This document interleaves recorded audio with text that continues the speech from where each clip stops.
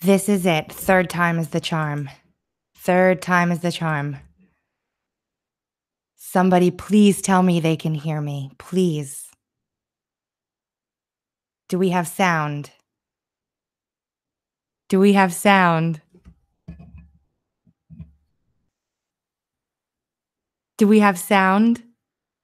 Yes. Listen, guys, I'm not one of those conspiratorial folks, but this is getting a little weird now. For real, I've never had a problem like this before. I want to get right back into this, okay? Because this is important information. Don't say no sound if it's not true. You guys are crazy. Can't shut my butt up. I'm going to keep talking. Are we ready? Okay, so we were going through all of the testimony here in Carter Page's little, you know, his letter that he wrote to the House Select Committee on Intelligence. He wrote this letter, and it is pages and pages and pages long. And in it, he basically calls out the nonsense. He says, I played no role in any government measures in the 2016 election other than being a target of the Obama administration effort to support Ms. Clinton's campaign. He says he barely worked with WikiLeaks. He says, he has no personal information that the Russian government or anyone associated with it played any role in the 2016 election. He does this chart here where he talks about the dodgy dossier and propaganda and fake news. And, he goes through all of the things that they've done to him, all the things that have happened. Coercion related to minuscule Gazprom ADR investment. He invested in a Russian business, in an energy company. I'm just going to tweet this out really quickly, and hopefully we can get a few more people in here. If not, it's okay. One more time. Okay. So he says, although I still do not have sufficient information at this stage while I await the aforementioned disclosure regarding the Obama administration's actions taken against me in this regard, Senator Grassley, Senator Graham, and other members of the Senate Judiciary Committee have taken initial positive steps to help address the genuinely problematic active measures by the U.S. government with foreign entities during the Obama administration, which unsuccessfully sought to influence last year's election. So now he's got some inkling that, he's under investigation and, there's a FISA warrant or something like that. So he writes this to the House Judiciary Committee, and he writes a letter to Comey, basically asking Comey, what the heck is going on? Tells him, I have nothing to do with any of this. I don't know what you're investigating or what you're doing. And that was in September. And that was when the FISA warrant came out. So in the last live stream, before the craziness of the nasty sound came in, we talked about Carter Page working for the FBI as an asset or an informant, whatever, for 2 full years. His work leading to the arrest of actual real Russian spies, real ones, real Russian spies. And then as that was ending, because they needed him to be able to testify in those hearings, as that was ending, they got a FISA warrant on the dude. Thank you, Topaz. That's really sweet of you. Thank you so much. I will never give up. Ever. Just saying. Yeah, I know. I got to put my chat on slow mode before everybody gets in here. I made a mistake. I was in such a hurry to get this going. Very generous of Topaz. You guys are fantastic.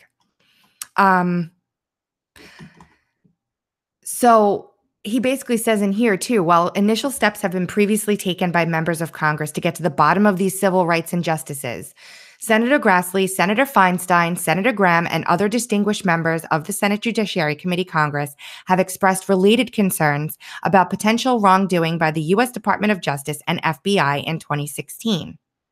Really? Feinstein, huh? That's interesting.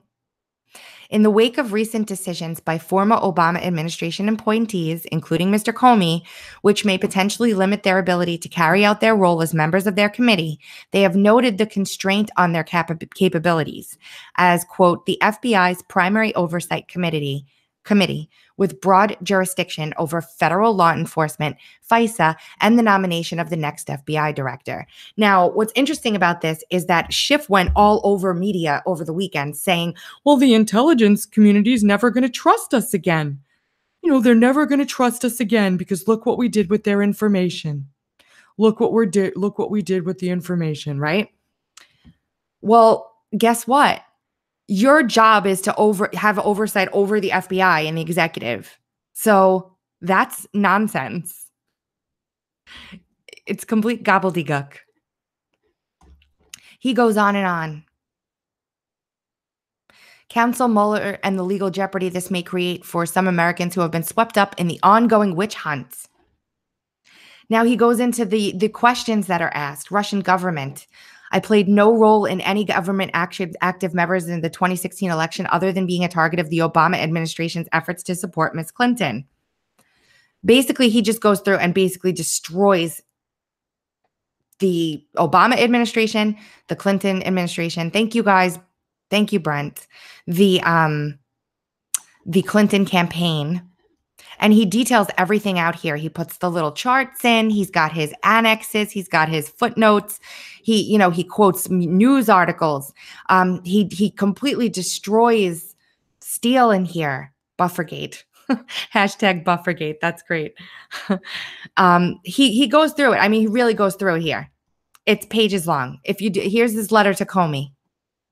I'm writing to request the FBI's prompt end of the reported inquiry regarding my personal trip to Russia in July of 2016, an investigation which has been widely mentioned in the media. He gives him facts about what he did. He was never contacted back by the FBI. He can't put this stuff out there in this letter to Congress. A guilty man does not do this, okay? He talks about the Schiff Comey testimony. He talks about the wiretapping of Donald Trump. He talks about why it could be true. He talks about his attorney trying to make a case. This is Carter Page that wrote this. He talks about what he was doing with Donald Trump, the fact that he didn't have any communication with him, the fact that he was just a volunteer on the campaign. He wasn't paid. Here he talks about the illegal leaking of him as Identity One in USA versus Buryakov. They disclose his identity. He talks about that at length in here. I'm going to have to reread through this in detail again. It is wordy as anything. Wordy as anything. But it's worth the read. So he goes through, he puts this in his testimony to the House Select Committee on Intelligence. He's testifying under oath. He was subpoenaed. Thank you, Patrice. Thank you so much. I'm so blessed by you guys. I swear. And he talks about this more, but let's get into his testimony really quickly. He is nervous as all get out. There's another letter that he sends as well with Isikoff in here. He asked the NSA for information on the FISA warrant on him. This has been going on a really long time. He talks about COINTELPRO in here as precedent.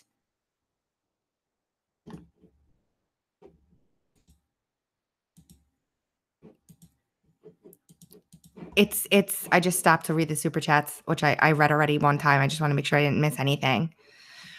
This is all his. This is all his writing. So they ask him questions. They tell him he can take a break if he needs one. And now they start to go through. He has an opening statement, which he makes. I will read through it if you want. Anyone? Making it a little bigger, but now I can't read it, so... He has a very long opening statement. He gets 5 minutes for his opening statement. He says here, first, the alleged U.S. cyber operations of wiretap against myself as a previously unknown private citizen who volunteered as an informal, unpaid member of an early foreign policy advisory committee with the Trump campaign, marked a new low with this baseless domestic interference in our democracy prior to the 2016 election. So he goes through his opening statement, but what I really want to get into, I should have done a video on this back in the day. I really should have. He gives his bio. I want the testimony, damn it. Where is it? Come on. Come on.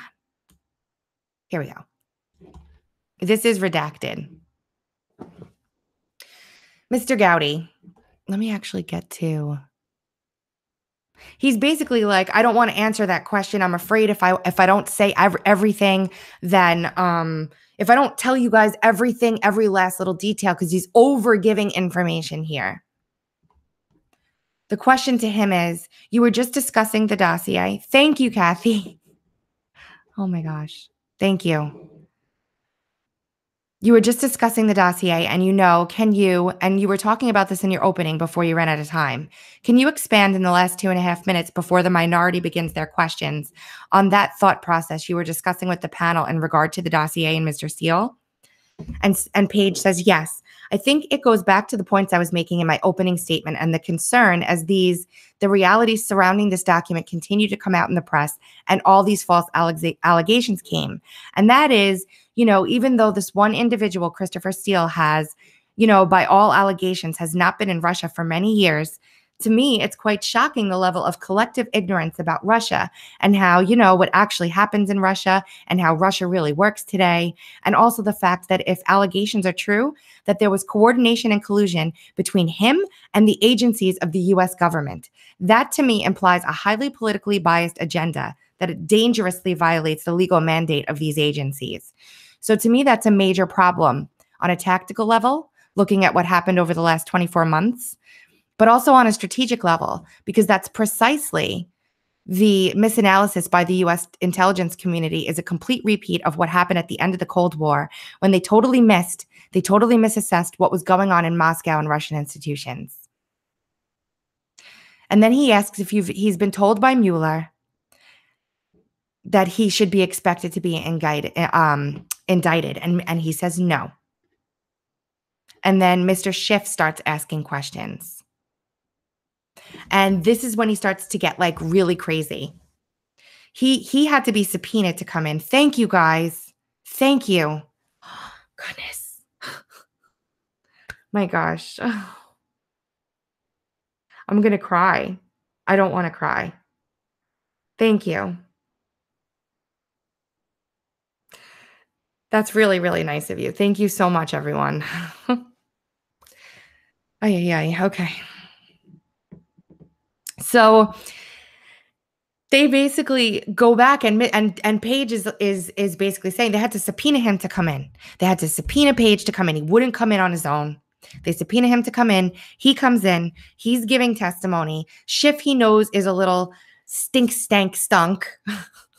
He's a little Schiff for brains. And he asks some nasty questions. And he pleads his Fifth Amendment rights. He says he has concerns that he was illegally wiretapped and hacked from his computer. He doesn't have good tech skills, but he feels like he's being, he's being spied on. So that's what goes on in here. He says there's nothing incriminating. Nothing I have is incriminating or unethical in any way. He says the only thing that, and then Schiff interrupts him again. He says, Dr. Page, if nothing you have is incriminating, then on what basis are you invoking the Fifth Amendment right?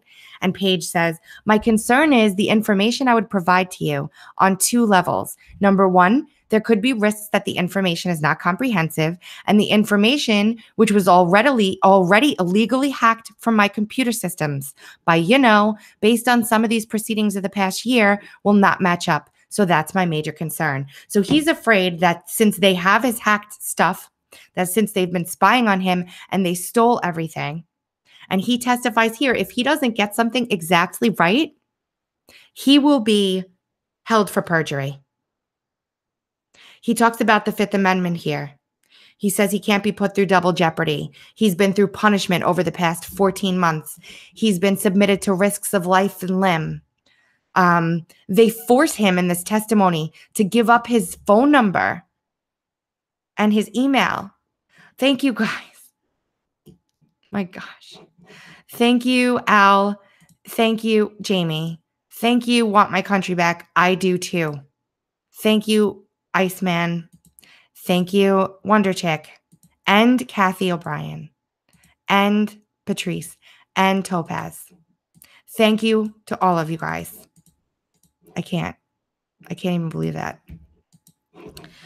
So he's basically saying, they're asking him what email accounts does he have? What does he do with the email accounts? All kinds of questions. Read the testimony. They're forcing him at this point to say his personal information out loud. I don't know if it's the Kathy O'Brien.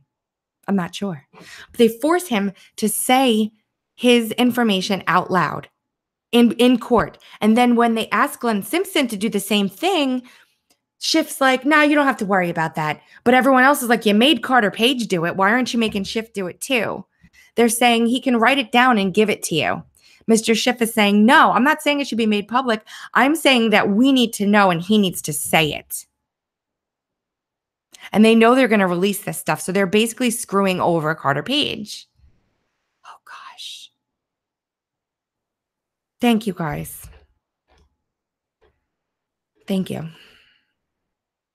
He says he doesn't lie. He says he's under oath. He says he's under oath and he doesn't lie, whether he's under oath or not. The whole thing is basically him saying, you guys have screwed me over for months now. People are after me. They're trying to kill me. They're threatening my life. Oh my gosh. I can't. Nick, thank you. I'm not going to get through this. You guys are too nice. Amazing. I can't. I don't even know why I don't even know why okay. They go through all of this stuff that he's been attacked. He's been spied on. He's been threatened. I'm actually really surprised that he's still actually, safe.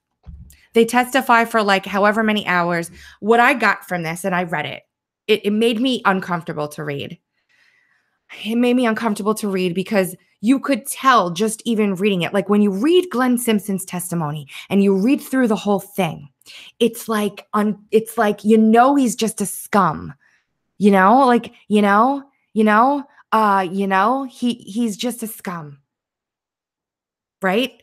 But when you read through Carter Page's testimony, he says, every now and again, but he's very cautious and careful that he's telling everybody. Thank you, Dee Dee. He's telling everybody that God is good. Thank you. He's telling everybody the right stuff. He doesn't want to make a mistake. He doesn't want to testify wrong. And he's telling them what he knows and what his deal was. They ask him about a speech that he gave in Moscow. It's just the testimony is really boring, but not anymore. I'm going to read through this whole thing again with new eyes, because there's a lot of detail in here. And what I wanted to do was basically contrast for you guys Carter Page. He's saying he hasn't even gotten a speeding ticket. He's had his fingers printed in the police department for a securities registration, but he's like literally never been in trouble. And Gowdy is saying, I'm trying to understand the law enforcement's interest with you with respect to the jurisdiction of this committee. How many times have they interviewed you in connection with Russia's attempts to interfere with the election? Thank you, Peggy. And Mr. Page says approximately 4.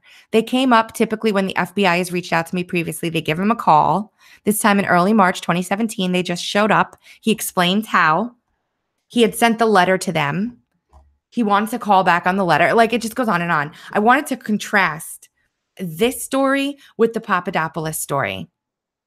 Okay? This story is much, much different than the Papadopoulos story. The Papadopoulos story enjoys. I just read my super chat out loud. I'll be okay. Thank you, Mr. Roman. Thank you. Papadopoulos has a long and storied history with the Clintons. He joins Ben Carson's campaign. He leaves Ben Carson's campaign, and he joins the Trump campaign. Here is his testimony, or here is his sealed complaint. I'm going to back this up a little bit. Why is this so small? Now, it's important to note when we go through this, this is the actual Papadopoulos stuff.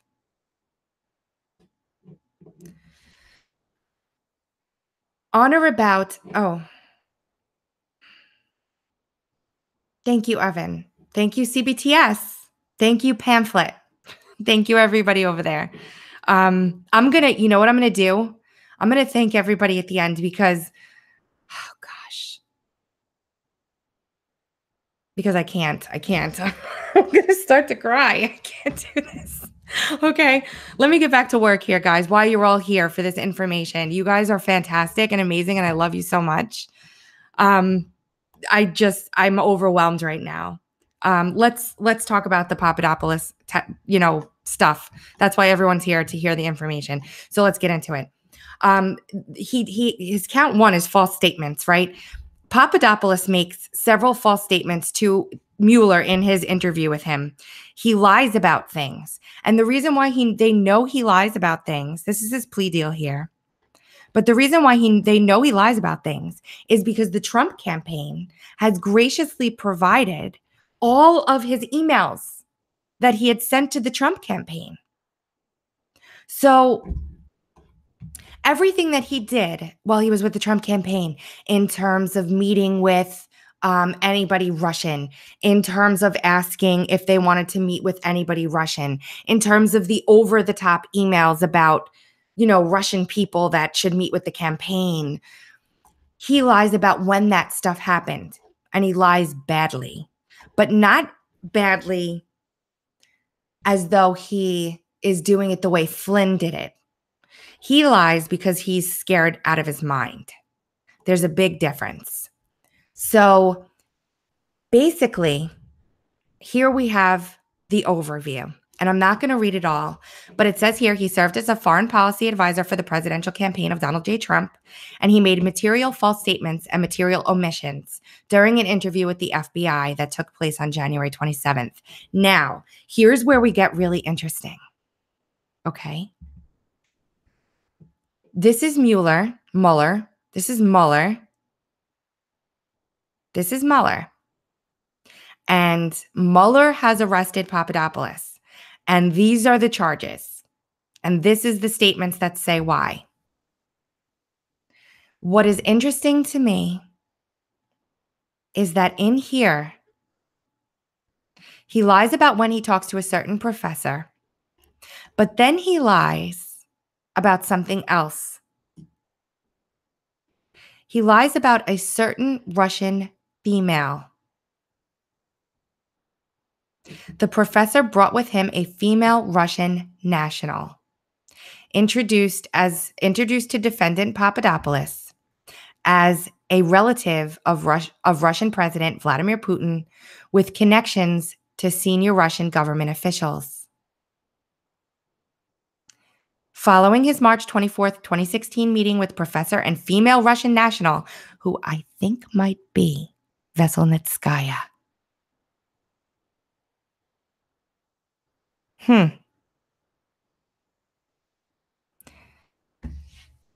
And just for those of you just joining, I think it is very important to watch the video one in this, because I don't believe that Carter Page is deep state anything.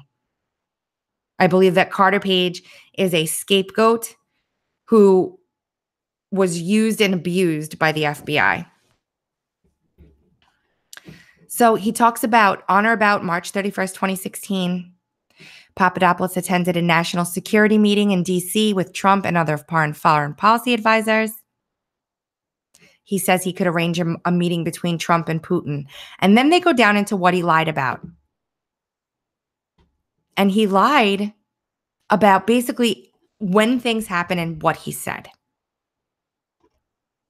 He lied about, in here, the professor told defendant Papadopoulos that on that trip, he learned that Russians had obtained, quote, dirt on then candidate Clinton. Now, doesn't that sound like Papadopoulos is a source for the Steele dossier? Doesn't it sound like Papadopoulos may be the one who was the inside source that Glenn Simpson referenced? when he was testifying, because this is the stuff that was in the first memo. The first memo comes out in July of 2016, I believe. And on or about April 26th, Papadopoulos finds out that the Russians have dirt on then candidate Clinton, right? But that they have thousands of emails. They can arrange a meeting. Thank you for your critical help. He writes all these emails.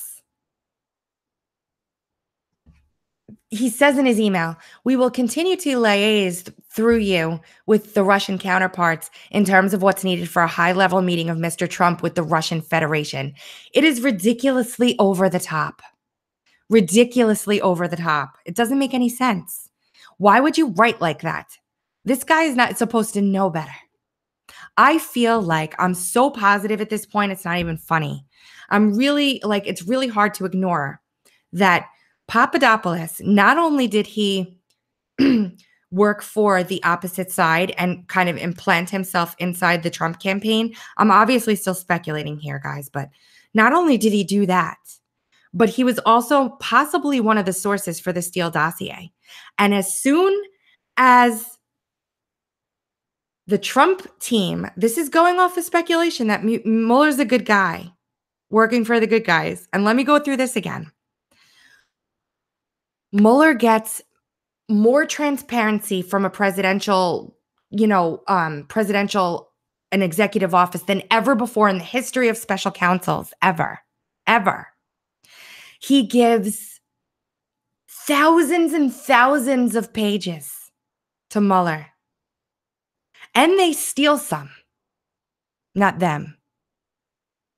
That's a whole nother story we'll get into another day. But he hands over thousands and thousands and thousands of pages. In the beginning, Mueller arrests Papadopoulos in July. He brings him into court and they seal this because he's going to be used as, sealed. He's going to be used as a mole. When he's inside of his arraignment, pleading guilty, or his plea, he didn't plea yet. When he's inside of his arraignment, hearing the charges, the judge says to him, you are barred from speaking to anyone involved with your charges. Who is it? All of this reference the Trump people. Everything in here references the Trump campaign and no one else. He can't talk to them. So who is he wearing a wire to listen to? Who is he wearing a wire to listen to then? Not even a week later, possibly even the next day to 2 days later, Peter Strzok, who we learned in the memo, had opened up a counterintelligence investigation into none other than Papadopoulos a year earlier, is demoted. He talks to Papadopoulos, and then Mueller talks to Papadopoulos, and then not even a couple days later, Mueller demotes, takes Strzok off his team completely, and he's in HR and the FBI. How uncanny is that timing? Do you believe in coincidences? I don't believe in coincidences. How is that possible? Strzok happens to be investigating him for a, quote, counterintelligence operation, which probably means that they were, quote, spying on Papadopoulos as well through his tenure with the Trump campaign. How much of an insurance policy would that be? How much of an insurance policy for Strzok is that? So while it's easy for everybody to say that Mueller is a bad guy, he's deep state because of his past and everything like that, there is just too much compelling evidence to the contrary. There is so much compelling evidence to the contrary. So much of it. He had already been the FBI director. He was, re-voted in as FBI director in a special unprecedented act of Congress. There's no way they were doing it again. So everybody that's telling you that he was there for the FBI job, I have a really hard time believing that. None of the things that this gentleman Mueller has done have been in regards to anything that has to do with Trump whatsoever. They're either the Flynn plea deal, which I talked about, which opens him up to testify against, about any prior misdeed he's witnessed, given his tenure with the Obama administration, that frees him from his NDA. Now, does he really, with Flynn especially, what he, quote, lied about was in the media 10 days prior. The media reported what he lied about. The media reported he had that conversation. It was widespread knowledge. Strzok interviews him 10 days later. He lies about it. Does that make any sense?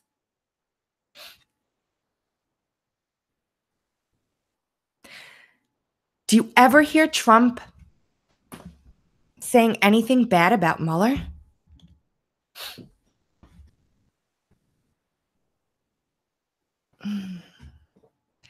So we've got a bunch of people now, Manafort and Gates. Let's talk about them really quickly.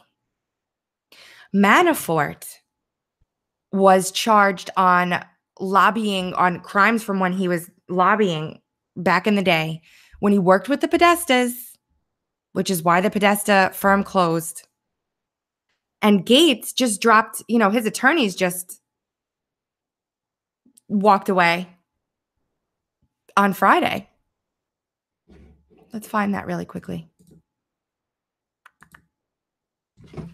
Let's find that quick. I'm doing Google on purpose. It's not gonna. Here we go. Look at this. Lawyers for Richard Gates. It's gonna play. Lawyers for Richard Gates, a former Trump campaign aide charged with tax fraud and money laundering last year as a part of the Russia probe, have filed a motion to leave the case. And that's sealed. We have no idea why they're leaving. We don't know why. Papadopoulos and Flynn pled guilty to lying. Flynn, we talked about. Papadopoulos flipped, I believe he flipped to save his own ass. Is it really worth it to go down for Clinton? When, So look, that's my thought. If you take the character Papadopoulos and you take the character Page and you put them next to one another, you see two very different people. You see a Carter Page who is on every major television station now for as long as you can remember, trying to keep himself safe by getting his story out.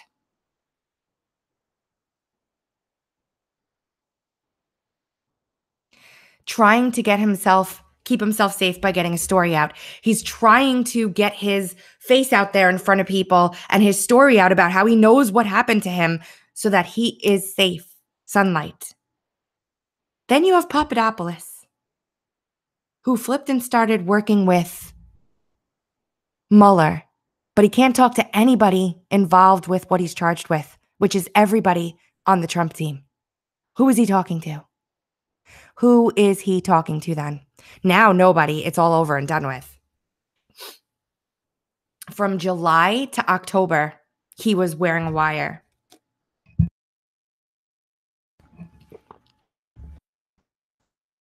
So, look, I'm just saying, I don't feel like if you put them next to one another, they're polar opposites. Papadopoulos, very quiet. Not a word, very reserved. His attorney is clean as a whistle. I looked up his attorney. You look at Page, he is all over the place, all over the place. So there's a big difference. There's a big difference. And I did a lot of research into Manafort, and a lot of connections came up there We know who introduced Manafort to the Trump campaign. And it just bothers me. So I'm going to put a timeline of all this stuff together and see what the deal is. But I'm just saying, I mean, look, we could get another 3 months down the road and all of a sudden we could learn that Mueller has some sort of stupid indictment against, someone actually connected to Donald Trump somehow. And this has been a big ruse the whole time or whatever. But all I'm saying is that for the past year, the media has been saying how above board and amazing and glorious and wonderful and so fantastic and just an upstanding citizen who's a great investigator and he's unbiased in Mueller. For them to do that for all this time and then to have Mueller come out and actually start to charge people with crimes. He's the only one who's got a criminal probe going right now, guys. For if he came out after this and indicted, like, let's say Hillary Clinton or even anybody, Podesta, anybody, what are they going to say? What are they going to say?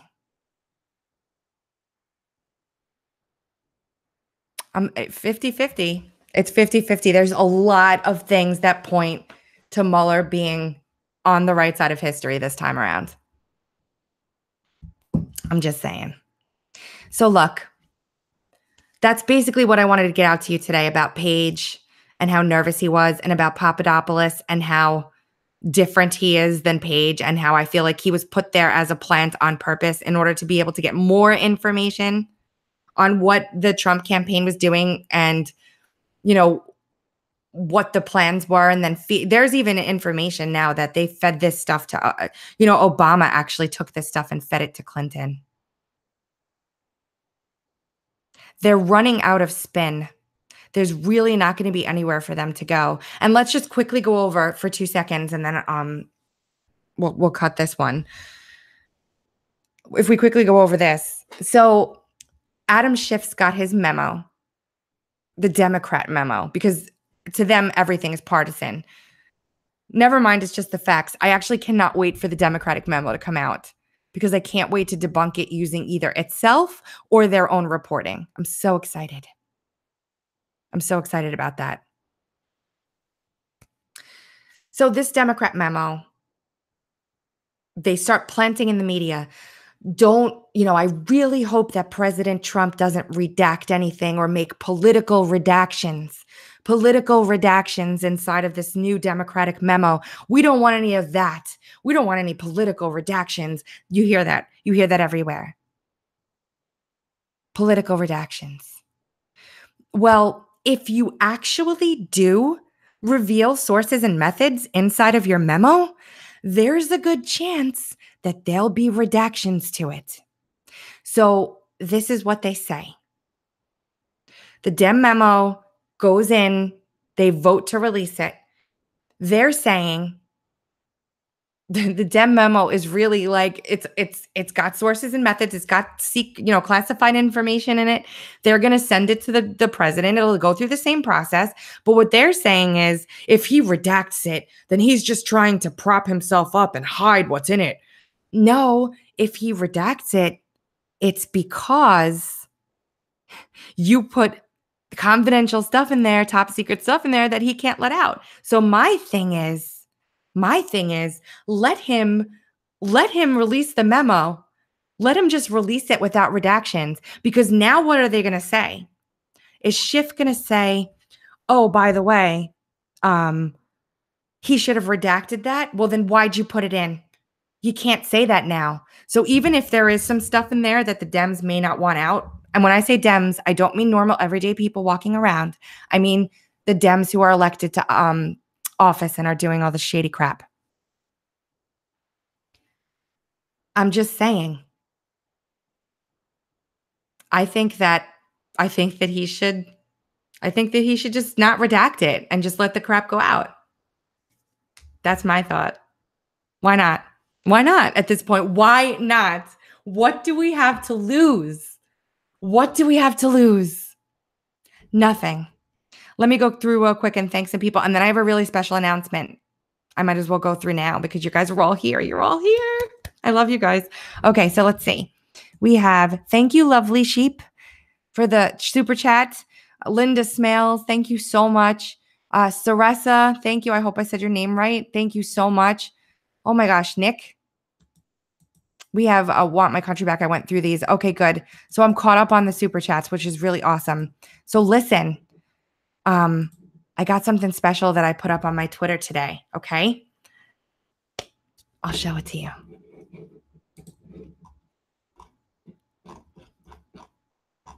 Here it is. Can you guys see it?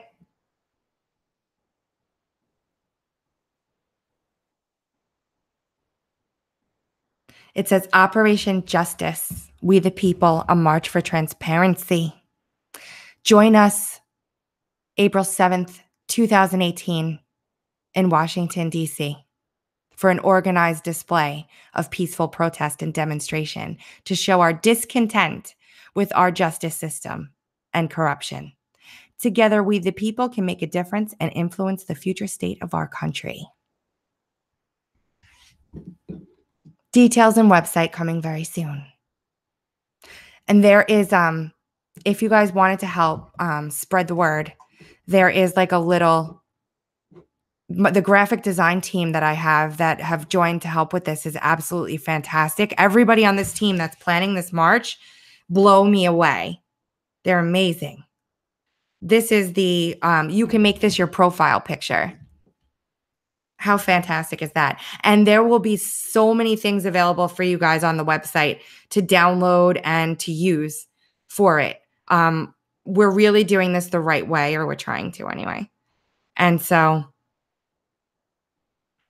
this is it. Be there or else. Because you guys need to go. You need to be there. We need to have enough people there to make a real huge statement that we're not going to just sit around and take this nonsense anymore. And I just didn't want to sit on my butt anymore behind a microphone. I'm tired of people saying that to me sometimes. Like, all you do is sit behind a microphone. Not anymore. So bring it. More details will be coming in the coming days.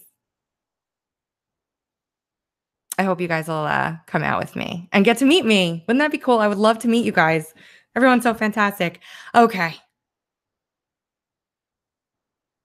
Thank you guys for joining me so much.